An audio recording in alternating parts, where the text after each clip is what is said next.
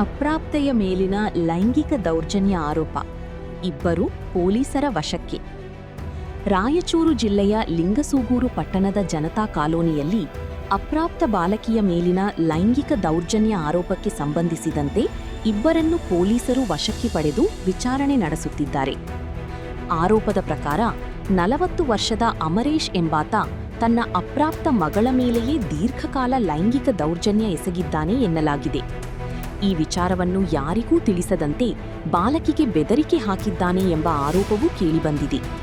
ಇದರ ಪರಿಣಾಮವಾಗಿ ಅಪ್ರಾಪ್ತೆ ಮಾನಸಿಕವಾಗಿ ನೊಂದಿದ್ದಳು ಎಂದು ತಿಳಿದುಬಂದಿದೆ. ಇದೇ ಪ್ರಕರಣದಲ್ಲಿ ಅಮರೇಶ್ನ ಸ್ನೇಹಿತ 33 ವರ್ಷದ ಶೀನು ವಿರುದ್ಧವೂ ಗಂಭೀರ ಆರೋಪಗಳು ಕೇಳಿಬಂದಿದ್ದು, ಪ್ರಕರಣದ ವಿವಿಧ ಆಯಾಮಗಳನ್ನು ಪೊಲೀಸರು ತನಿಖೆ ಮಾಡುತ್ತಿದ್ದಾರೆ.